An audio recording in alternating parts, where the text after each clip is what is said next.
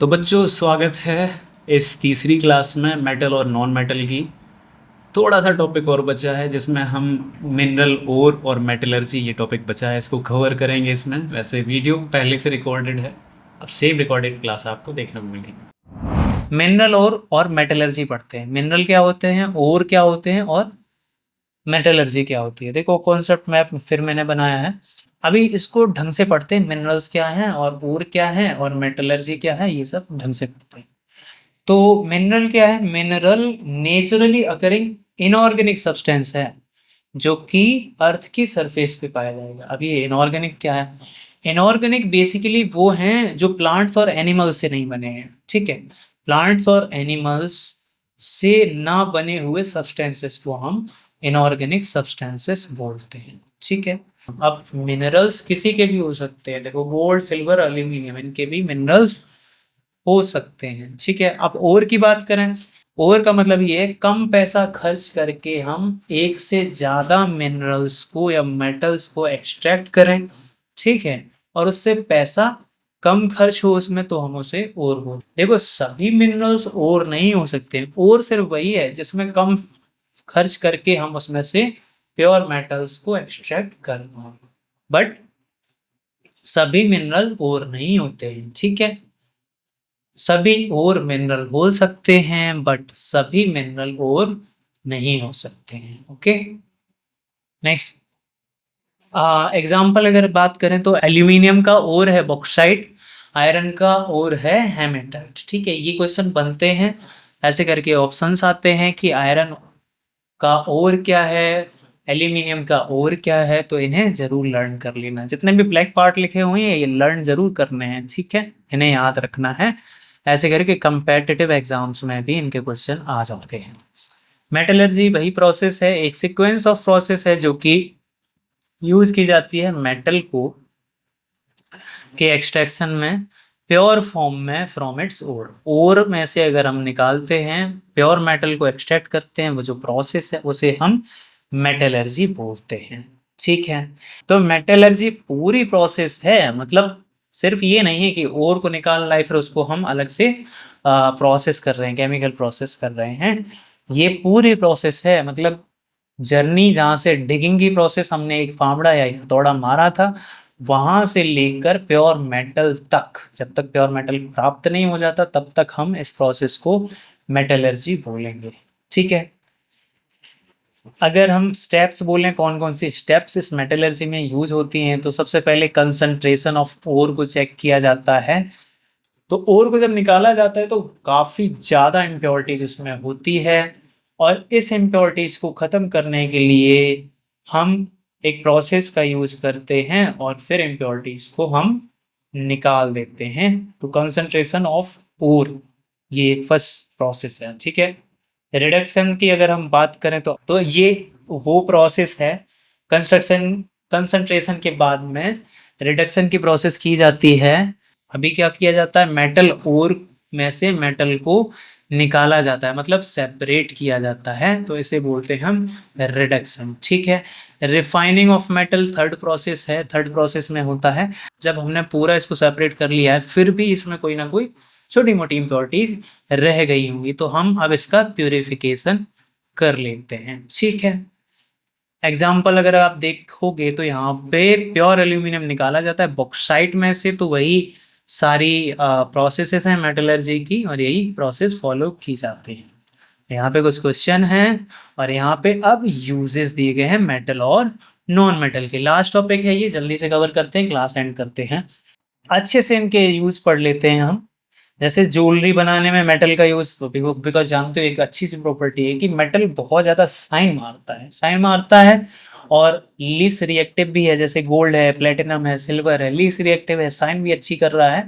तो that's why इसकी lustre और अनरिएक्टिव नेचर की वजह से इसको हम लंबे समय तक पहन सकते हैं, ऑर्नामेंट इससे बना सकते हैं, ज्वेलरी बना सकते हैं।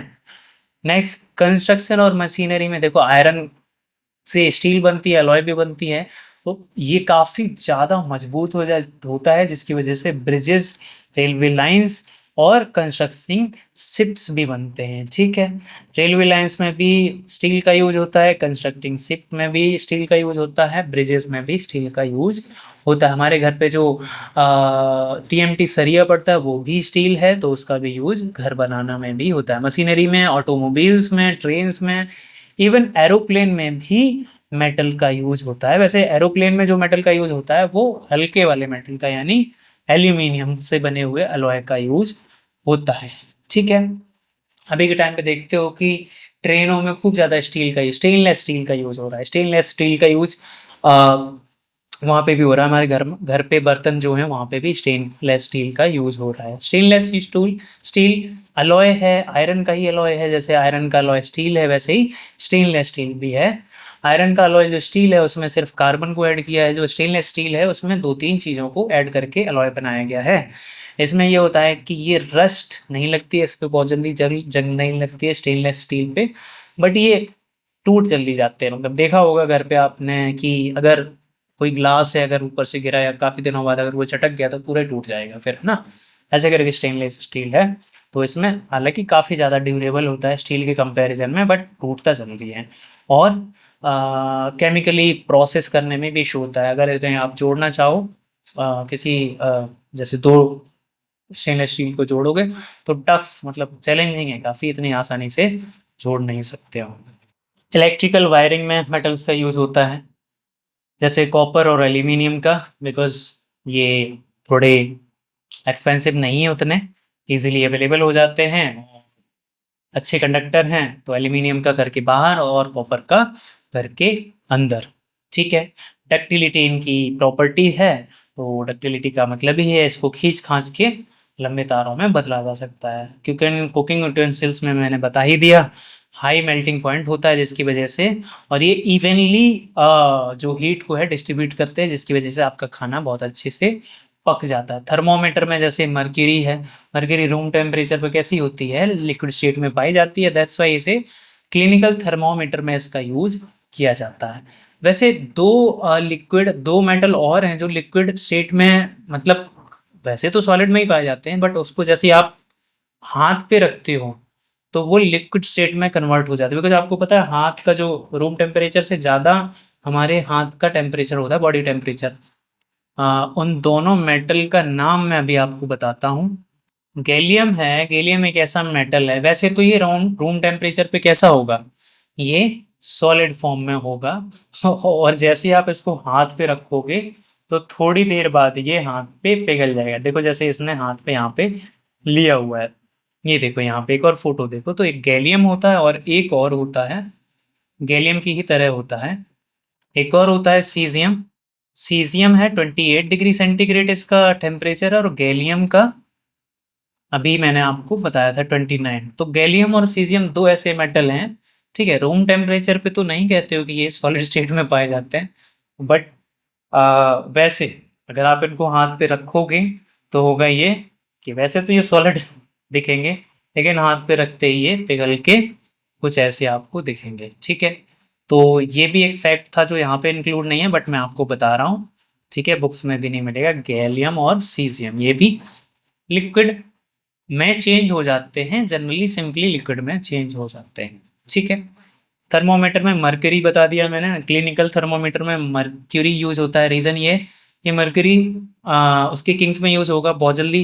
वैसे ऑब्वियसली ये रूम टेम्परेचर पे कैसा लिक्विड स्टेट में होता है, तो वहाँ पे उसके बल्ब बोल लो, बल्ब में वहाँ पे यूज होता है।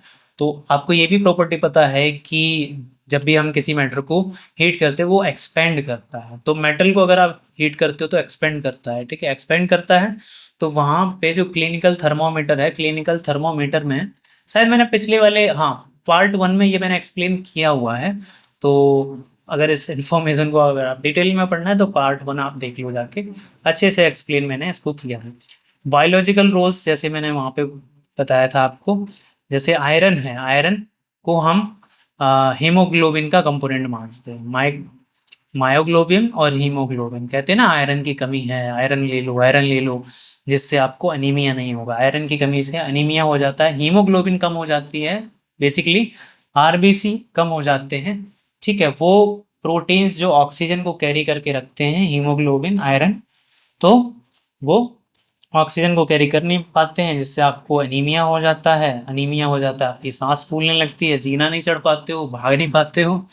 तो ये बायोलॉजिकल रूल्स है। मैग्नीशियम देखो, magnesium is present in chlorophyll. Chlorophyll में मैग्नीशियम होता है और मैग्नीशियम की ही वजह से क्लोरोफिल का ग्रीन कलर होता है, ठीक है, और जो कि रेस्पॉन्सिबल होता है फोटोसिंथेसिस के लिए। बायोलॉजी की जब हम क्लास करेंगे तभी हम सारी चीज़ें डिटेल में पढ़ेंगे, ठीक है।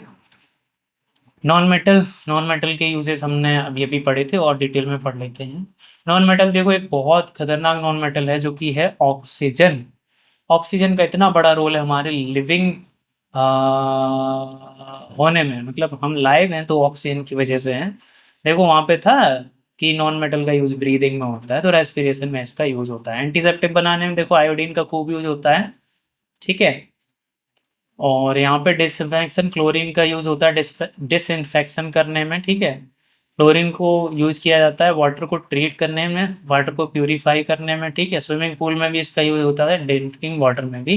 बैक्टीरिया को बेसिकली मार देता है, माइक्रो ऑर्गेनिज्म को ये मार देता है क्लोरीन। ध्यान रखना, क्लोरीन, क्लोरीन वाटर डिसइंफेक्शन में, प्यूरिफाइंग वाटर में, क्योंकि ये बैक्टीरिया माइक्रो ऑर्गेनिज्म को मार देता है, ठीक है। सल्फर और फास्फोरस का यूज फायर क्रैकर में होता है, ये बात ध्यान रखना। और बम बनाने में भी कुछ यूज होता है, यहाँ पर शायद नहीं दिया है वैसे। देखो, एनपीके, नाइट्रोजन, फास्फोरस और पोटेशियम, ये तीनों फर्टिलाइजर होते हैं, ठीक है। बहुत खतरनाक होते हैं, जो प्लांट की ग्रोथ को फर्दर एनहांस करते हैं ये, ठीक है।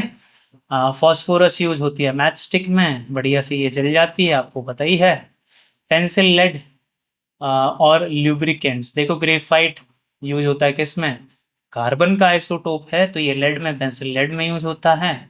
और ये लुब्रिकेंट के रूप में भी यूज होता है, ठीक है। नेक्स्ट, अभी देखो यहाँ पे कुछ और यूजेस के लिए क्वेश्चन आ गए हैं, ये क्वेश्चन कर लेना। और ऐसे हमारे ये पीडीएफ, ये डॉक्यूमेंट भी खत्म होता है। हमने इस डॉक्यूमेंट में जो मेटल और नॉन मेटल है पूरा कंप्लीट कर लिया है। तो बच्चों कैसे लगी ये क्लास? आई होप ये क्लास भी बहुत अच्छी लगी होगी। सो बच्चों अभी ऐसे ही क्लास चलेंगी, एक एक टॉपिक के लिए। अगर टॉपिक बड़ा है, चैप्टर लंबा है, तो 2-3 सेक्शंस में डिवाइड करके मैं क्लासेस बनाऊंगा। अभी फ़िलहाल के लिए रिसोर्सेज की थोड़ी सी शॉर्टेज है, इसलिए क्लासेस थोड़ी अभी आपको ऐसी मिल रही हैं। थोड़ा सा मैनेज कर लेना कुछ टाइम के लिए। फ्यूचर में मैं बहुत नियर बाई फ्यूचर में कैमरा परचेज करने वाला हूँ और एडिटिंग, वीडियो की एडिटिंग का लेवल और भी बढ़ाने वाला हूँ, मज़ा आएगा। फ़िलहाल के लिए इस वीडियो में इतना ही। आई होप वीडियो पसंद आया होगा। वीडियो को लाइक कर दो, सब्सक्राइब कर लो अगर नए हो तो। मिलता हूँ मैं एक नए टॉपिक के साथ, अमेजिंग टॉपिक होने वाला है। इसी क्लास 8 के लिए नेक्स्ट चैप्टर में मिलते हैं। तब तक के लिए जय हिंद।